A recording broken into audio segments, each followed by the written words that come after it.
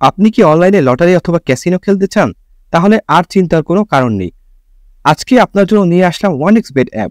যাদের ফোনে OneXBet অ্যাপসটি নেই তারা যে কোনো ব্রাউজারে গিয়ে এই অ্যাপসটি ডাউনলোড করে নেবেন। তো বন্ধুরা, আর দেরি না করে OneXBet-এ কিভাবে অ্যাকাউন্ট খুলবেন তা শিখে নেই।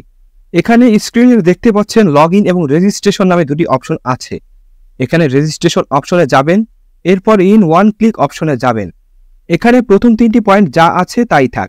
এখন সবচেয়ে ইম্পর্টেন্ট পয়েন্টে আসা যাক, আর এটি হচ্ছে প্রোমো কোড।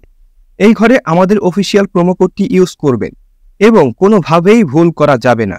আমাদের কোডটি হচ্ছে BN366। আমি আবারও বলছি, বড় হাতের BN366। এই কোডটি দেওয়ার মাধ্যমে আপনার অ্যাকাউন্টটি ভেরিফাই করা হবে এবং প্রথম ডিপোজিটে 100% ক্যাশব্যাক পাওয়ার সুযোগ তৈরি হবে।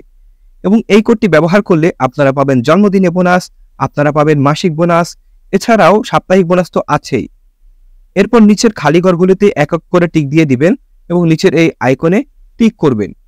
এরপর এমন একটি ভেরিফাই পেজ আসবে, উপরে এই খালি ঘরে ক্লিক করে দিবেন। এরপর এখানে নির্দিষ্ট কিছু ফটো সিলেক্ট করতে বলবে।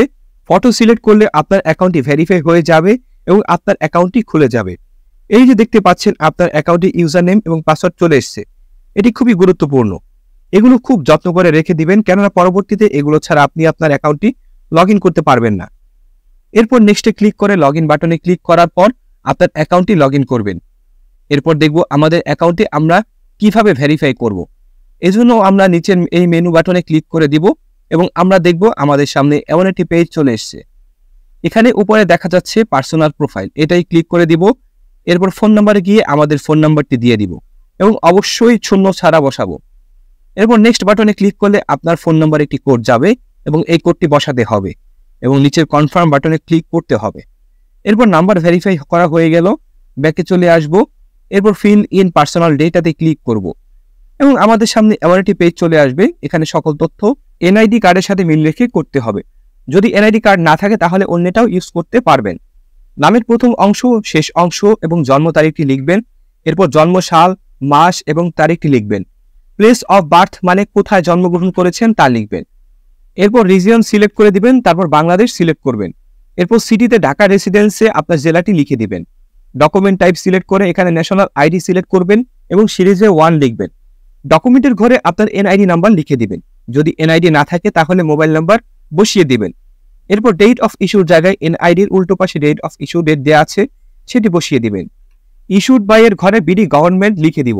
বন্ধুরা, একবার ভালোভাবে সবকিছু চেক করে নিব এবং সবকিছু ঠিকঠাক থাকলে তাহলে পাশে থাকা এই আইকনে ক্লিক করব এবং ক্লিক করার মাধ্যমে আমাদের অ্যাকাউন্টটি ভেরিফাই করা হয়ে যাবে।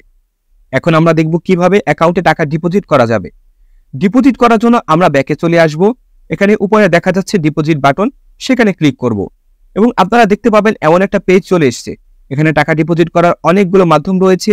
এখন আমি আপনাদেরকে নগদের প্রসেসটি দেখিয়ে দিচ্ছি। এই জন্য নগদ অপশনে ক্লিক করবেন। এরকম একটি পেজ দেখতে পাবেন। এখানে 300 থেকে 20,000 টাকার মতো ডিপোজিট করা যায়। আমি এখানে 300 টাকা ডিপোজিট করব, তাই এখানে 300 টাকা লিখে দিচ্ছি। এখন কোন নম্বরে টাকা পাঠাবেন তাই তো ভাবছেন? ওই যে উপরে দেওয়া আছে নগদ ওয়ালেট নাম্বার, এখান থেকে নাম্বারটি কপি করে নেবেন। আগেই জানিয়ে রাখছি, এই নাম্বারটি কিন্তু প্রতিবার চেঞ্জ হয়। ডিপোজিট করার আগে নাম্বারটি সেজন্য কপি করে নেবেন। নাম্বার কপি করা হলে সরাসরি নগদ অ্যাপসে চলে যাবেন এবং ক্যাশ আউট করার মাধ্যমে টাকা পাঠাবেন। টাকা পাঠানো হলে এরকম একটি পেজ চলে আসবে। এখান থেকে ট্রানজ্যাকশন আইডিটি কপি করে আপে চলে আসবেন এবং যেই নাম্বার থেকে টাকা পাঠিয়েছেন তা লিখবেন এবং পরের অপশনে আগেই কপি করা ট্রানজ্যাকশন আইডিটি লিখবেন। এরপর কনফার্ম বাটনে ক্লিক করবেন এবং এর মাধ্যমে আপনার অ্যাকাউন্টে ডিপোজিট করা হয়ে যাবে এবং কিছুক্ষণ অপেক্ষা করলে আপনার অ্যাকাউন্টে টাকা অ্যাড হয়ে যাবে। তো বন্ধুরা, আজকের ভিডিওটি থাকছে এ পর্যন্তই।